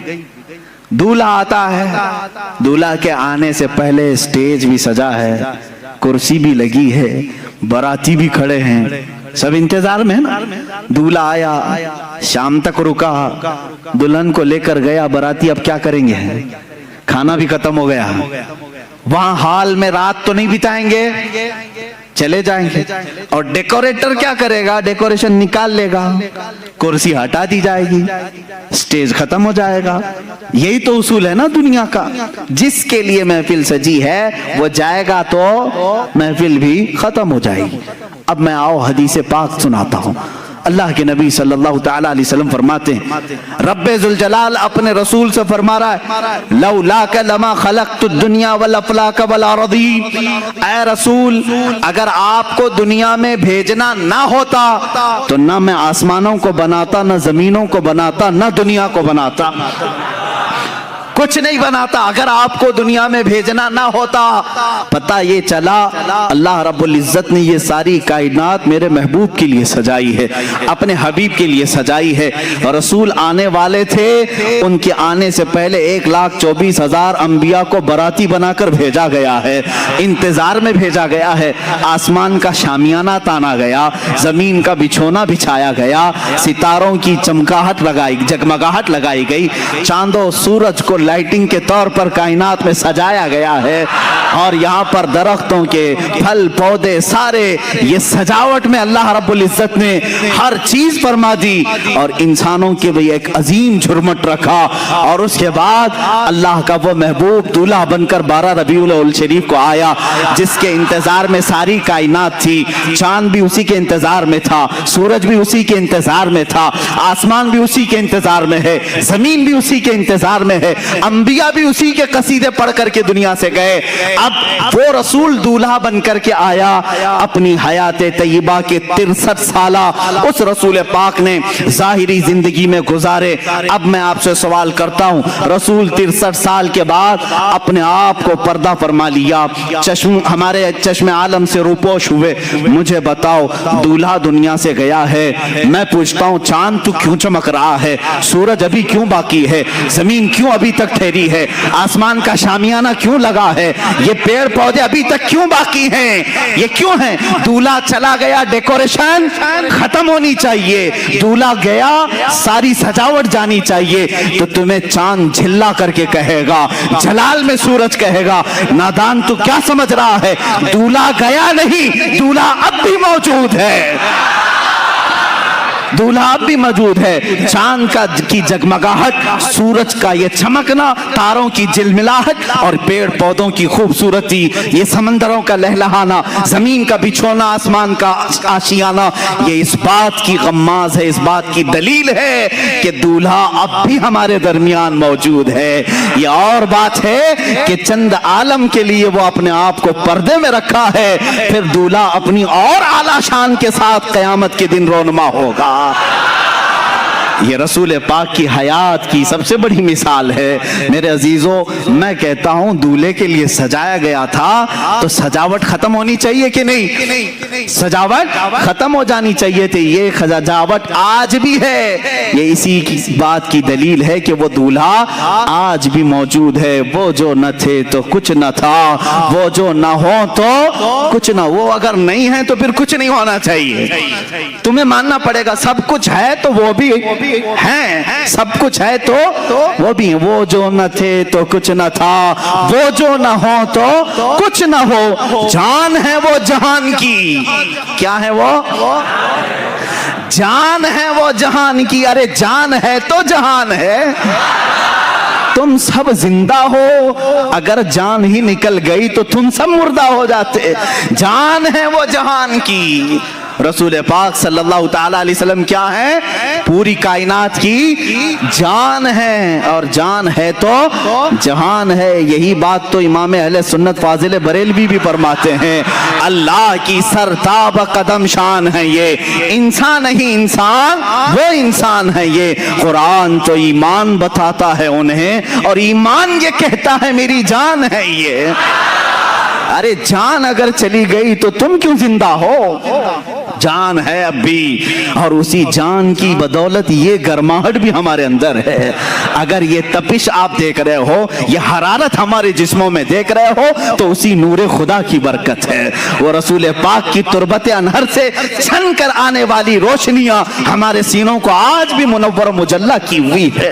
اسی لیے تو میں معراج کی شب کے متعلق بھی یہی کہتا ہوں، رسول رات کے وقت سفر پر گئے تھے، کتنا لمبا سفر کیے ہیں۔ صرف اگر مکہ سے بیت المقدس کا سفر ناپ لیں تو 1.5 مہینے کا سفر تھا، اور اس کے بعد آسمانوں کا سفر۔ خود میرے آقا فرماتے ایک آسمان سے دوسرے آسمان کی مسافت 500 سال اگر گھوڑا دوڑے تو بھی نہیں طے کر پائے گا۔ اس طرح 7 آسمانوں کا سفر، جنت و دوزخ کے نظارے، عرش و کرسی، لوح و قلم، سب کا کا دیدار، پھر بارگاہ الہی میں پہنچ، پھر اس کے بعد واپس تشریف لائے۔ لیکن یہاں حیرت اس بات کی ہو رہی ہے، رسول جتنا چاہے لمبا سفر کریں، جب یہ کہا جاتا ہے زنجیر بھی ہلتی رہی بستر بھی رہا گرم، تا عرش گئے پھر آئے محمد صلی اللہ تعالیٰ علیہ وسلم۔ اب عقلیں حیران ہوتی ہیں، شارٹ ٹائم میں، اتنے وقت میں بستر گرم کتنی دیر رہتا ہے؟ 1 منٹ 2 منٹ؟ زنجیر دروازے کی کب تک ہلے گی؟ 1 منٹ 2 منٹ؟ 1 منٹ میں 7 آسمانوں کا سفر، جنت دوزخ کے مشاہدے، یہ سب کیسے ممکن ہے؟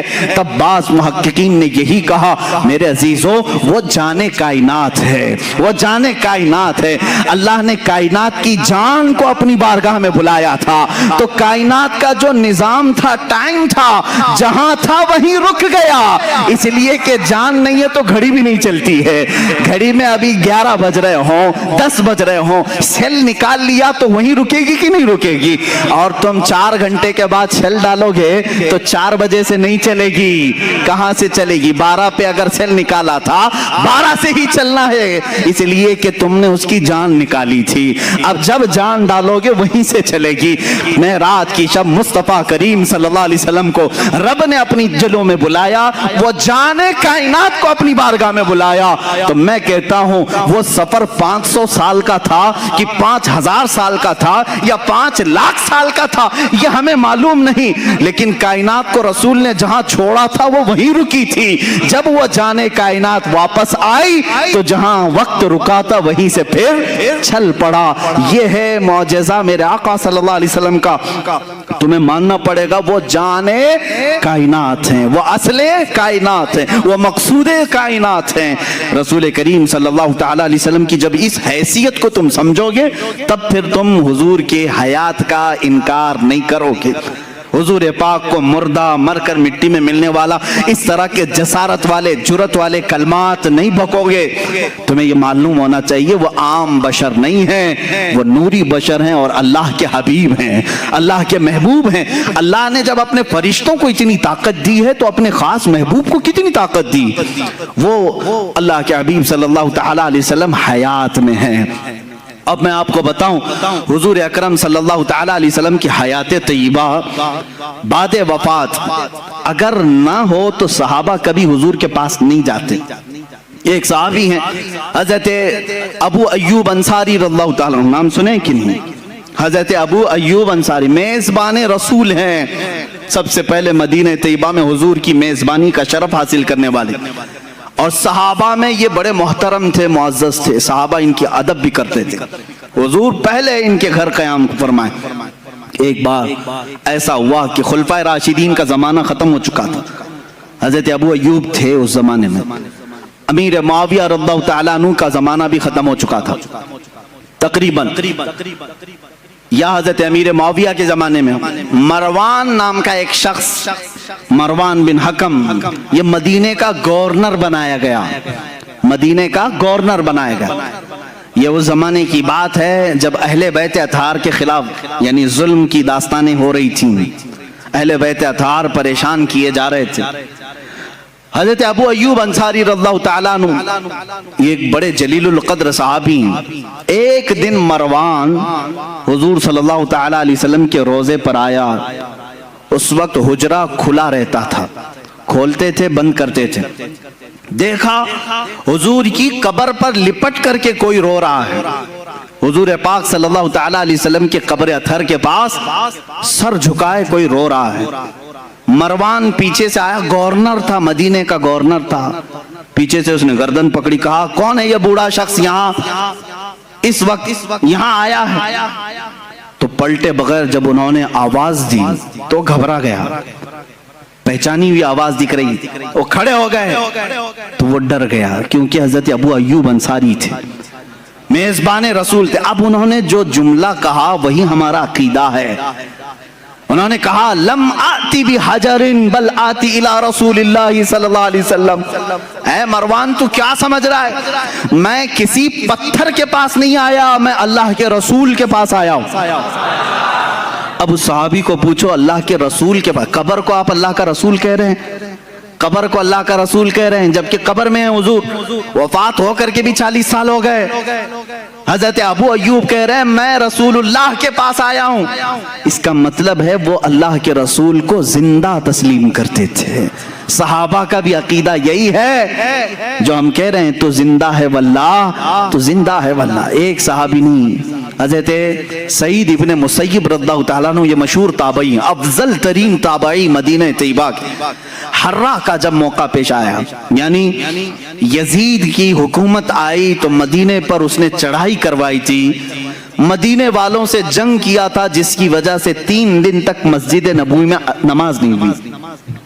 یزید کے زمانے میں مدینے کے لوگوں کو مارا گیا تھا بہت خطرناک طریقے سے، اس کو حرہ کہتے ہیں۔ اب یزید کی گورنری کے زمانے میں جب مسجد نبوی لوگ آ ہی نہیں رہے تھے، جنگ چل رہی تھی، سعید ابن مسیب رضی اللہ تعالیٰ عنہ فرماتے ہیں میں مسجد نبوی میں اکیلا رہ گیا تھا، دروازے بند کر لیے، لاک ڈاؤن والی سچویشن میں۔ سوچ لیں ان کے زمانے میں ہوا تھا 3 دن کے لیے ہی، لیکن وہ تابعی کیا کہتے ہیں، جب نہیں ان سے پوچھا گیا، وہ اذان بھی دیتے تھے، اقامت بھی دیتے تھے اور نماز بھی پڑھ لیتے تھے۔ ٹائم کا پتہ جب چلے، جب باہر نکلے ہیں، مسجد کے دروازے بند اور اندر رہتے تھے۔ وہ تابعی فرماتے ہیں ہر نماز کے وقت، جیسے ہی نماز کا وقت آتا، قبر رسول سے اذان کی آواز آتی تھی، میں اذان کی آواز سنتا تھا اور اسی آواز پر میں مسجد نبوی میں اقامت بولتا اور نماز پڑھتا تھا۔ یہ کون کہہ رہا ہے؟ تابعی۔ اور تم اتنے زمانے کے بعد کہہ رہے ہو وہ مر کر مٹی میں مل گئے۔ انہوں نے تو قبر رسول سے اذان کی آواز سنی، اذان کی آواز سنی۔ عزیزان گرامی وقار، 1 2 نہیں کئی مثالیں ہیں اس طرح کی رسول پاک صلی اللہ تعالیٰ علیہ وسلم کی حیات کے متعلق، وفات کے بعد کی حیات کے متعلق۔ کئی لوگوں نے میرے آقا صلی اللہ تعالیٰ علیہ وسلم کا دیدار بھی کیا، زیارت سے مشرف بھی ہوئے ہیں۔ حضرت سیدنا احمد کبیر رفاعی رحمت اللہ تعالیٰ علیہ، یہ بغداد مقدسہ سے چل کر مدینہ طیبہ حاضری تھی۔ مشہور ہے روایت، رسول کریم صلی اللہ تعالیٰ علیہ وسلم کی بارگاہ میں انہوں نے کیا مانگا تھا معلوم ہے؟ سوال کیا کیا تھا انہوں؟ سیدھے انہوں نے یہی سوال کیا، ہم جائیں تو الگ الگ چیزیں پوچھیں۔ وہ اللہ کے ولی تھے حضرت احمد کبیر رفاعی رحمت اللہ تعالیٰ علیہ، سوال یہ کرتے ہیں اے اللہ کے رسول، سنا ہے آپ کسی بھی فقیر کو لوٹاتے نہیں، مایوس نہیں بھیجتے، بس بندے کی یہ طلب ہے کہ آپ اپنی قبر انور سے ہاتھ نکالیں، مصافحہ کرتا ہوں۔ اللہ اکبر، 400 سال کے بعد کی بات ہے یہ، اور کتابوں کی روایت کرنے والوں نے یہ روایت کیا، قبر رسول سے ہاتھ باہر آیا، انہوں نے مصافحہ بھی کیا۔ عزیزان گرامی وقار، اگر حیات النبی کے متعلق تم مجھ سے سوال کرتے جاؤ اور میں پیش کرتا ہوں۔ حضرت عروہ بن زبیر رضی اللہ تعالیٰ عنہ، یہ بھی تابعی، 60 ہجری میں، حضور کی وفات 11 ہجری میں ہو چکی تھی، 60 ہجری میں مدینے میں ایک بار سیلاب آیا، سیلاب میں پانی بہت زیادہ اور مسجد نبوی میں بھی پانی آیا، یہاں تک کہ رسول کریم صلی اللہ تعالیٰ علیہ وسلم کی قبر انور کے پاس بھی پانی آیا۔ 3 قبریں تھیں اندر، حضرت ابو بکر، حضرت عمر رضی اللہ تعالیٰ عنہما کی بھی قبریں حضور صلی اللہ علیہ وسلم کے ساتھ ہیں، یہ سب کو معلوم ہے۔ ایک قبر کھل گئی اور پیر بھی دکھنے لگا، پیر بھی دکھنے لگا، 60 ہجری کی بات کر رہا ہوں، یہ حدیث پاک میں موجود ہے۔ اس وقت مدینے والے جمع ہو گئے، اے آؤ مدینے والو، رسول اللہ کا قدم دکھ رہا ہے، رسول پاک صلی اللہ تعالیٰ علیہ وسلم کا قدم ظاہر ہے، تو سب جمع ہوئے، بھیڑ لگی۔ حضرت عروہ بن زبیر رضی اللہ تعالیٰ، حضرت زبیر کے بیٹے، یہ آئے، انہوں نے لوگوں کو ہٹایا، غور سے دیکھا اور کہا واللہ ما هذه قدم رسول اللہ صلی اللہ علیہ وسلم، قسم خدا کی یہ رسول اللہ کا قدم نہیں ہے بلکہ یہ عمر ابن خطاب کا قدم ہے۔ کہتے ہیں میں اچھی طرح پہچانتا ہوں یہ عمر ابن خطاب کا قدم ہے۔ اے عزیزو سوچو، عمر کا قدم سلامت ہے تو رسول اللہ کا جسم کیا ہوگا؟ تم تو رسول کے جسم پاک کے بارے میں سوال کر رہے ہو. تابعین کہہ رہے ہیں عمر کا قدم سلامت تھا 60 ہجری میں. حضرت عمر رضی اللہ تعالیٰ عنہ کون ہیں؟ کیا وہ اللہ کے رسول ہیں؟ کیا وہ نبی ہیں؟ بلکہ حضرت عمر کہتے ہیں مجھے جو عزت ملی ہے وہ قدم رسول سے ملی ہے. جو عزت ملی ہے وہ رسول پاک کی وجہ سے ملی ہے. جن کی یہ عزت رسول پاک کی وابستگی کی وجہ سے ہو, اس رسول پاک کا جسم ناز کیا سلامت نہیں ہوگا؟ اب آؤ خود حضور کی حدیث ہی میں بتا دوں. نبی اپنی قبر میں زندہ ہے یا نہیں, اتنے بڑے ٹاپک پر ڈسکس کرنے سے پہلے مجھے یہ چاہیے بھی تھا, اور بلکہ آپ اگر کبھی سوال کریں, کوئی سوال کرے تو صرف ایک بات پوچھیں, میاں تو رسول پاک کی معراج کو مانتا ہے کہ نہیں؟ ہاں مانتے ہیں. چلو آسمانوں پر جانے کی بات کی, بیت المقدس تک کا تو سفر قرآن سے ثابت ہے. سبحان الذی اسرا بعبدہ لیلا من المسجد الحرام الى المسجد الاقصی, مسجد اقصی تک کا سفر قرآن سے ثابت ہے. اتنا تو مانتے ہو. مسجد اقصی میں کیا ہوا تھا؟ مسجد اقصی میں کیا ہوا تھا سنی مسلمانوں سب جانتے ہو. رسول پاک نے سارے نبیوں کی امامت کی تھی. کتنے نبی؟ آدم علیہ السلام سے لے کر عیسیٰ علیہ السلام تک جتنے نبی تھے ان سب کی حضور نے امامت کی تھی. مجھے یہ بتاؤ, یہ 1,24,000 کم و بیش جو نبی آئے تھے وہ کب کے نبی تھے؟ وہ کب کے نبی تھے؟ کیا رسول کے زمانے کے نبی تھے؟ وہ صحابی نہیں. ان کی وفات ہو کر کسی کی 4,000 سال, کسی کی 3,000 سال, کسی کی 2,000 سال, کسی کی 500 سال, سینکڑوں سال پہلے وفات پائے ہوئے سارے نبی مسجد اقصی میں حضور کی اقتداء میں جمع ہیں. وہاں ابراہیم و اسماعیل بھی ہیں, داؤد و سلیمان بھی ہیں, موسیٰ و عیسیٰ بھی ہیں علیہم الصلاۃ والتسلیم. نادان جب تم معراج کے واقعے میں یہ جانتا ہے نبی ان تمام نبیوں کی امامت کر رہے ہیں جو بہت پہلے فوت ہو چکے تھے, وہ زندہ ہو کر آئے بھی اور حضور کے پیچھے نماز بھی پڑھے. اب بتا جو ان تمام نبیوں کی امامت کیا ہے وہ کیسے مردہ ہو سکتا ہے؟ خود میرے آقا فرماتے ہیں معراج کی سفر پر میں جب جا رہا تھا میں نے نظر کیا موسیٰ علیہ السلام کی قبر پر. حضور فرماتے ہیں موسیٰ علیہ السلام کہاں کہاں ہیں؟ یہاں بیت المقدس میں بھی ہیں, آسمانوں میں بھی ہیں. اور حضور کی ایک حدیث یہ بھی ہے, میں نے سفر میں موسیٰ کی قبر کی طرف دیکھا, موسیٰ علیہ السلام کو اپنی قبر میں کھڑے ہو کر نماز پڑھتے ہوئے میں نے دیکھا. حضور کیا فرما رہے ہیں؟ کھڑے ہو کر نماز پڑھتے ہوئے میں نے دیکھا. یہ حدیثیں ہیں میرے عزیزو. اب مجھے بتاؤ نماز کون پڑھتا ہے, زندہ یا مردہ؟ نماز کون پڑھتا ہے؟ ارے مردہ ہو تو اس کی پڑھی جاتی ہے اور زندہ اپنی پڑھ رہا ہوتا ہے.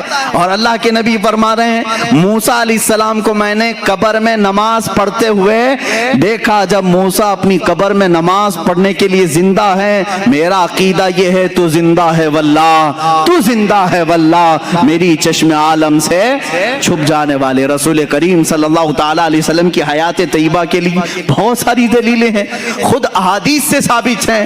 دوسرے نبیوں کی جب زندگی ثابت ہے تو رسول کی زندگی بھی تمہیں ماننی پڑے گی. آؤ اب صحابہ کا ہی عقیدہ سب سے بہترین عقیدہ ہے نا, سب سے بہترین عقیدہ.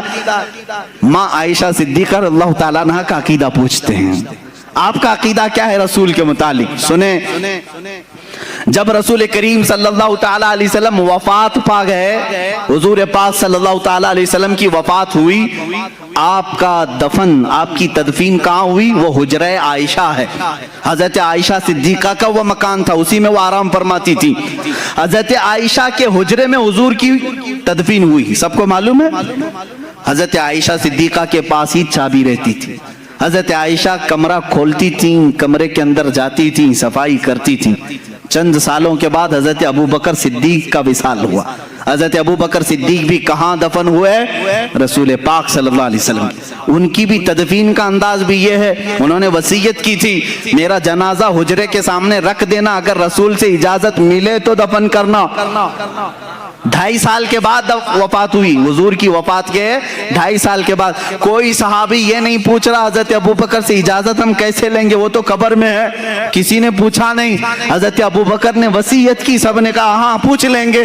اس کا مطلب ہے ان کا عقیدہ تھا رسول. دیکھو میرے عزیزو, اور ہوا بھی ہے کہ ان کی قبر کو حضور کے پہلو میں رکھا گیا.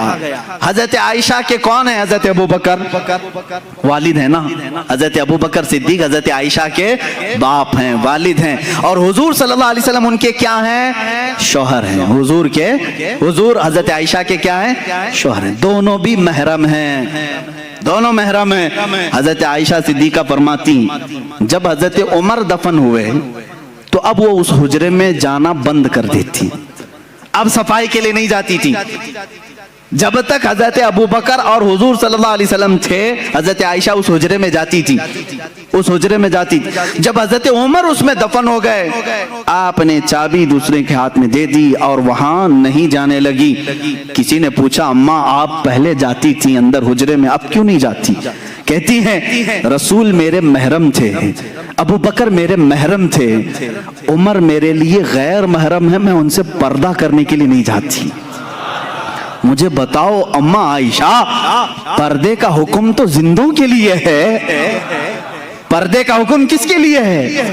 زندوں کے لیے. ماں عائشہ صدیقہ حضرت عمر کے قبر میں جانے کے بعد پردہ کر رہی ہیں. اس کا مطلب ہے عائشہ صدیقہ کا عقیدہ تھا کہ عمر اپنی قبر سے انہیں دیکھ رہے ہوں گے. پردہ کس سے کریں گے؟ جو دیکھے گا نا. حضرت عمر جب حضرت عائشہ کو دیکھ سکتے ہیں، اللہ کے رسول اپنی قبر سے پوری امت کو کیوں نہیں دیکھ رہے ہوں گے؟ اے میرے عزیزو، یہ عقیدہ صحابہ کا ہے، ایک دو نہیں. اور بھی چیزیں میں تمہارے سامنے رکھوں. اب آؤ اور ایک دلیل میں بتاؤں. ہم اور آپ مر جائیں، ہماری بیویاں عدت گزارنے کے بعد دوسرے سے نکاح کر سکتی ہیں، ہے کہ نہیں کر سکتی؟ کسی عورت کا شوہر انتقال کر گیا، مر گیا، تو عدت گزارے 4 مہینہ 10 دن، اس کے بعد دوسرے سے چاہے تو وہ نکاح کر سکتی ہے. اسلام نے اجازت دی. لیکن رسول پاک کی ازواج مطہرات کی یہ خصوصیت ہے کہ وہ زندگی بھر کبھی کسی دوسرے مرد سے نکاح نہیں کر سکتی. حضور کی وفات کے بعد بھی کئی ازواج مطہرات باحیات رہیں، اس میں حضرت عائشہ صدیقہ رضی اللہ تعالیٰ عنہ بھی رہیں، کافی سال تک رہیں حضرت عائشہ صدیقہ رضی اللہ تعالیٰ عنہ. لیکن کسی بھی زوجہ نے دوسری شادی نہیں کی، کیونکہ ان کے لیے حرام تھا، کوئی دوسرا ان سے نکاح نہیں کر سکتا تھا. کیوں نہیں کر سکتا تھا؟ وہ بھی تو عورتیں ہیں. ساری امت کی عورتوں کو مرد کی وفات کے بعد عدت گزار کر دوسرے سے نکاح کرنے کی اجازت ہے، تو ازواج مطہرات کو کیوں نہیں؟ تو میرے عزیزو، عقیدہ یہ بتایا جائے گا ایک شوہر کے ہوتے ہوئے عورت دوسرے سے نکاح نہیں کر سکتی. نادان تو نے کیسے رسول کو مردہ سمجھا؟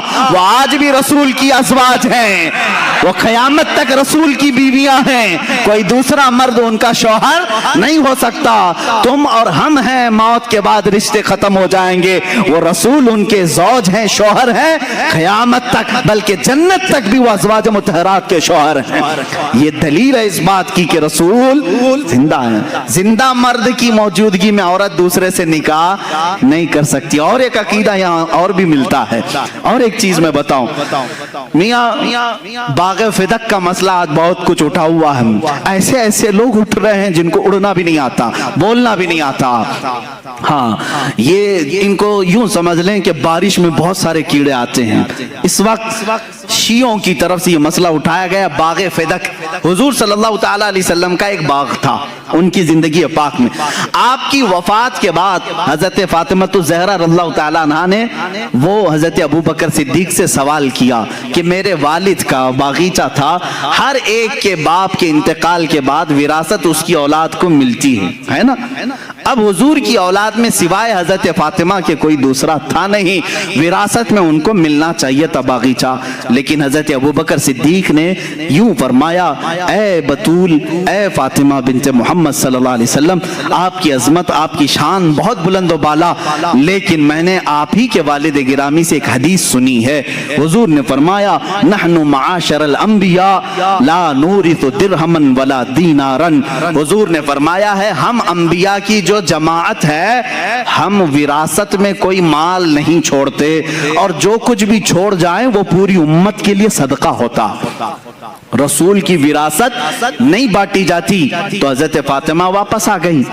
اتنا ان کے درمیان ہوا تھا، لیکن یہاں ماتھا پیٹ کر کے، سینہ ٹھوک ٹھوک کر کے شیعہ سب کو رلا رلا کر کے کہتے ہیں ہماری ماں فاطمہ کا حق مار لیا تھا ابو بکر نے، صدیق نے جو ہے باغ فدق کھا لیا. اے ظالموں، تم اتنا سمجھتے ہو کہ ابو بکر اگر حق کھا لیے ہوتے تو حضرت علی اس وقت کہاں تھے؟ علی کو کیا تم بزدل آدمی سمجھتے ہو؟ ہم سنیوں سے پوچھو، ہم ان کو شیر خدا کہتے ہیں، وہ حیدر کرار کہتے ہیں، جو اپنے ایک بازو سے خیبر کا قلعہ اکھاڑ دے. ابو بکر صدیق اگر غلط فیصلہ لے رہے ہوتے وہ تنہا علی ہی کافی ہوتے. حضرت علی نے جب حدیث سنی تو ان کا بھی یہ اقرار تھا ابو بکر نے جو کہا ہے وہ رسول پاک کی حدیث ہے. اگر غلط فیصلہ ابو بکر کر رہے ہوتے تو حضرت فاطمہ کا حق وہ لے کر کے رہتے. حضرت علی کا خاموش رہنا اس بات کی علامت ہے کہ صدیق اکبر رضی اللہ تعالیٰ عنہ نے جو فرمایا وہ غلط نہیں تھا. اب یہاں ہم یہ نہیں کہیں گے بعض یہ معاملات نکلے حضرت ابو بکر خطا پر تھے کہ حضرت فاطمہ خطا پر تھی. نادانو تم ہوتے کون ہو ان دونوں کے درمیان خطا ناپنے والے؟ ان دونوں کو خطا پر وہ کہے گا جو ان دونوں سے بڑا ہوگا. فیصلہ کون کرے گا ان کے درمیان کی باتیں؟ ان سے جو بڑا ہوگا. میں یہ معاملہ اللہ کے حوالے کرتا ہوں، قیامت کے دن اللہ خود ہی فیصلہ فرمائے گا جو بھی معاملہ ان کے درمیان رہا ہو. لیکن اہل سنت و جماعت کا عقیدہ یہ ہے صدیق اکبر رضی اللہ تعالیٰ عنہ اپنی جگہ پر حق تھے، فاطمہ الزہرا رضی اللہ تعالیٰ عنہ اپنی جگہ پر حق تھی، دونوں حق پر ہیں. ہم ان میں سے کسی کو بھی غلط نہیں کہتے، بلکہ ان کے متعلق زبان کھولنے کو بھی ہم اپنی ایمان کی تباہی سمجھتے ہیں. یہی عقیدہ رہنا چاہیے، یہی عقیدہ رہے. اب آؤ میرے عزیزو، یہ بات ہو گئی، باغ فدق کا مسئلہ ہے اور دیگر چیزیں بھی ہیں. حضور کی وراثت کیوں نہیں بانٹی گئی؟ نبی کی وراثت کیوں نہیں دی گئی؟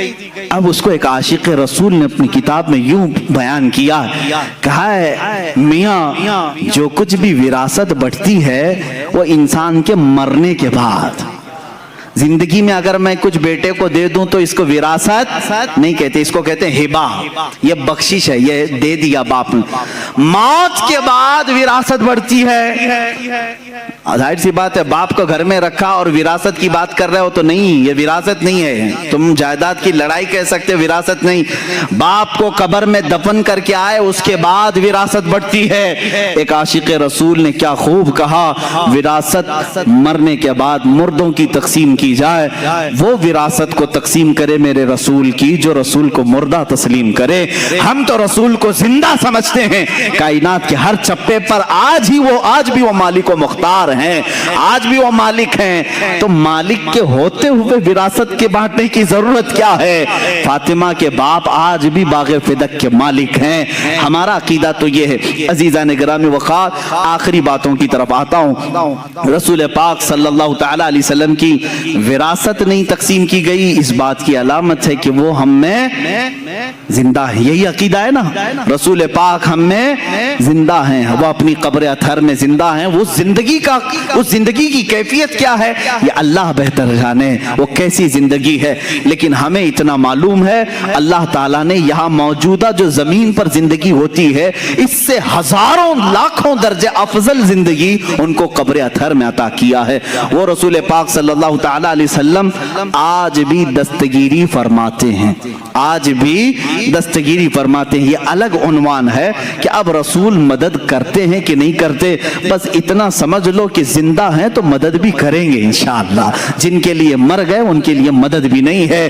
ہم تو کہتے ہیں رسول پاک صلی اللہ تعالیٰ علیہ وسلم کے متعلق کہ ہم حضور پاک صلی اللہ تعالیٰ علیہ وسلم کو دستگیری کرنے والا، مدد کرنے والا تصور کر کے ہی تو یہ شعر پڑھتے ہیں نا آقا کی بارگاہ میں، یا رسول اللہ شافی و نافی ہو تم، وافی و کافی ہو تم، درد کو کر دو دوا، تم پہ کروڑوں درود، آنکھ عطا کیجئے اس میں ضیاء دیجئے، جلوہ قریب آ گیا تم پہ کروڑوں درود، بے ہنر و بے تمیز کس کو ہوئے ہیں عزیز، ایک تمہارے سوا تم پہ کروڑوں درود، گندے نکمے کمی مہنگے ہیں کوڑی کے تین، کون ہمیں پالتا تم پہ کروڑوں درود، تم ہو حفیظ و مغیث, کیا ہے وہ دشمن خبیث. یا رسول اللہ تم ہو حفیظ و مغیث, کیا ہے وہ دشمن خبیث, تم ہو تو پھر خوف کیا, تم پہ کروڑوں درود. الحمدللہ آج ہمیں خوف نہیں ہے, ڈر نہیں ہے, اس لیے کہ ہمارے ساتھ اللہ کا رسول ہے. اب ایک آخری بات جو میں کہنے جا رہا تھا وہ یہ ہے, حضور صلی اللہ تعالی علیہ وسلم جہاد میں شریک ہوئے, تقریباً 17 جہاد آپ نے فرمایا, 17 غزوات میں شریک ہوئے. تو جس جنگ میں حضور تشریف لے جاتے ہیں اس کو غزوہ کہتے ہیں. کیا کہتے ہیں؟ غزوہ. اور جس میں حضور نہیں شریک تھے, صحابہ گئے تھے, اس کو سریہ کہتے ہیں. کیا کہتے ہیں؟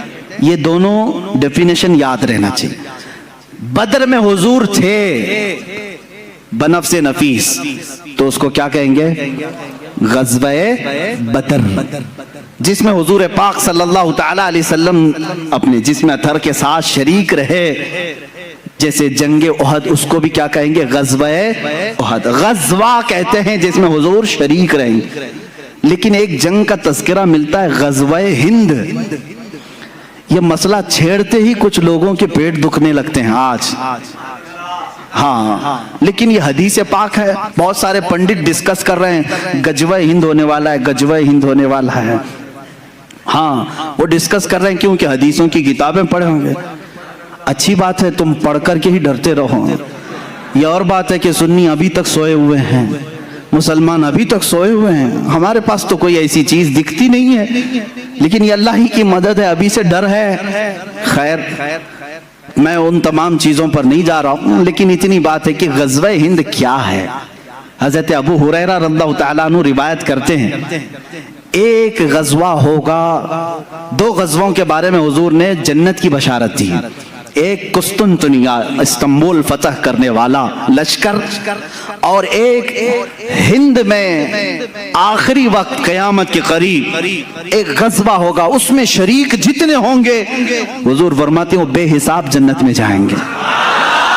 حضرت ابو ہریرہ فرماتے ہیں اگر میں جی لیا اپنا سب کچھ بیچ کر میں ہندوستان جاؤں گا. کون کہتے ہیں؟ حضرت ابو ہریرہ. اب وہ غزوے کی ڈیٹیل پھر کسی موقع پر عرض کروں گا, غزوے کی ڈیٹیل پھر کبھی عرض کرتا ہوں. لیکن مجھے یہاں پر بات یہ کرنی ہے, یہ قیامت کے قریب ہونے والا ہے, قیامت کے قریب ہونے والا, اور اس کو کہا کیا جا رہا ہے؟ غزوہ ہند. اور غزوے کی ڈیفینیشن میں نے کیا بتایا؟ جس میں رسول پاک, تو یہ تو ابھی ہو رہا ہے. غزوہ کیسے؟ محدثین نے کہا اے لوگو گھبراؤ مت, اس غزوے میں بھی رسول تشریف لائیں گے. حضور پاک صلی اللہ تعالی علیہ وسلم روحانیت کے ساتھ جلوہ بار ہوں گے, اس لیے اس کو جنگ ہند نہیں کہا گیا, غزوہ ہند کہا گیا ہے. غزوہ ہند کہا گیا. اس سے پتہ چلتا ہے کہ رسول قیامت تک زندہ ہیں اور جنگوں کی قیادت بھی کریں گے انشاءاللہ. ہم غریبوں کے آقا پہ بے حد درود, ہم فقیروں کی ثروت پہ لاکھوں سلام. میرے آقا صلی اللہ تعالی علیہ وسلم کی حیات طیبہ کو یقین کے ساتھ رکھو میرے عزیزو. رسول کریم صلی اللہ تعالی علیہ وسلم ہیں, سنتے بھی ہیں, دیکھتے بھی ہیں, مدد بھی فرماتے ہیں. اس عقیدے کے ساتھ جیو گے, بہت ساری چیزوں میں تمہارے تمیز آ جائے گی, بہت ساری چیزوں میں سدھار آ جائے گا. بلکہ آپ کو یہ بھی بات میں بتاؤں, ہر جمعرات کو حضور فرماتے ہیں میری امت کے اعمال میرے پاس پیش کیے جاتے ہیں. کیا مردوں کے پاس اعمال پیش کیے جائیں گے؟ حضور فرماتے ہیں میری امت کے اعمال میں ہر جمعرات کو دیکھتا ہوں, اچھے ہوں تو اللہ کا شکر بجا لاتا ہوں, برے ہوں تو اللہ کی بارگاہ میں استغفار کرتا ہوں. میرے آقا ہر جمعرات اپنی امت کے احوال سن رہے ہیں, فرشتے پہنچا رہے ہیں. اب بھی عقیدہ نہیں تمہارا کہ رسول زندہ ہیں؟ ہمارے اعمال بھی دیکھ رہے ہیں. اس لیے میرے عزیزو اب اس عقیدے کے ساتھ اٹھو, یہ جمعرات آئے گی تو خیر مناؤ, کہیں میرے برے اعمال میرے آقا کے پاس نہ چلے جائیں. حضور کی بارگاہ میں میری برائیاں, میرے گناہ نہ پیش کیے جائیں. اس لیے جمعرات آنے سے پہلے توبہ کر لوں, کچھ نیکیاں کر لوں, تاکہ میرے آقا صلی اللہ علیہ وسلم کے دربار میں اچھائیاں پیش کی جائیں. اسی لیے بزرگان امت کا یہ طریقہ رہا ہے, وہ جمعرات کے دن روزہ رکھا کرتے تھے. پوچھا جاتا کیوں روزہ رکھتے ہو جمعرات, تو یہ کہتے آج رسول کے پاس اعمال جا رہے ہیں, اگر آج جائیں گے تو رسول کو فرشتے یہ بھی بتائیں گے فلاں کا بیٹا یا رسول اللہ آج روزے سے ہے، میرے آقا کی بارگاہ میں روزے کے عالم میں پیش ہونا چاہتا ہوں۔ میرے عزیزو یہ ساری دلیلیں ہیں اسی بات کی، یا رسول اللہ تو زندہ ہے واللہ، تو زندہ ہے واللہ، میری چشم عالم سے چھپ جانے والا